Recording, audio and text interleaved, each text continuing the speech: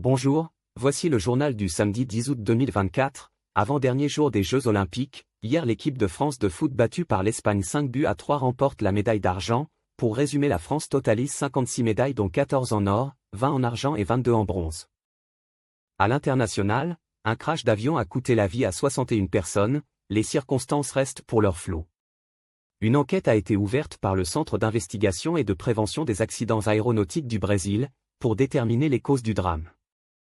La boîte noire de l'appareil a été retrouvée et devra être analysée.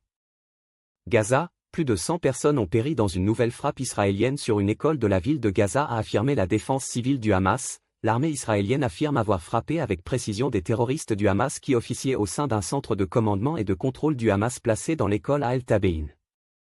Au lendemain d'une secousse de magnitude 7,1, l'agence météorologique japonaise avertit hier sur la probabilité plus élevée qu'en temps normal de l'apparition d'un séisme majeur causant des tsunamis.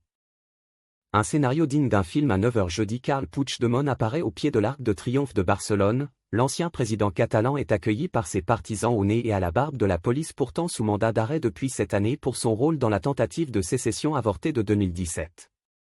A réussi malgré le dispositif extrême mis en place à la frontière franco-espagnole à quitter le pays une nouvelle fois. Il dit être aujourd'hui à nouveau en Belgique.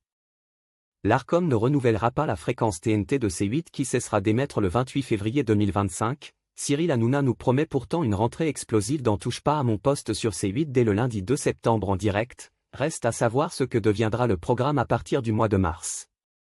Touche pas à mon poste réunit tous les soirs une moyenne de 2 millions de téléspectateurs et se place très régulièrement en tête des accès Prime Times. À l'appel de plusieurs groupes d'extrême droite anglaise et d'un influenceur anti-immigration, des violences pourraient avoir lieu à Calais, ville des Hauts-de-France et frontière avec l'Angleterre. En effet, l'influenceur invite à des actions contre les migrants qui d'après lui violent nos enfants avec le soutien de la police. Merci d'avoir regardé ce journal. N'oubliez pas de vous abonner.